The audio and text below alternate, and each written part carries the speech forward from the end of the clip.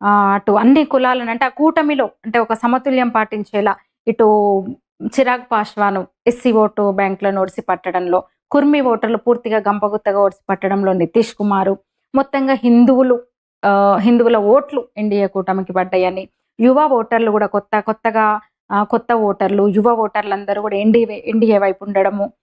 ఇవి మాత్రమే కాక అంటే ఎన్‌డీఏ ఘన విజయానికి ఇవి మాత్రమే కారణాలు గాదు. మరొక విషయం గూడా నేను జెప్తున్నాను.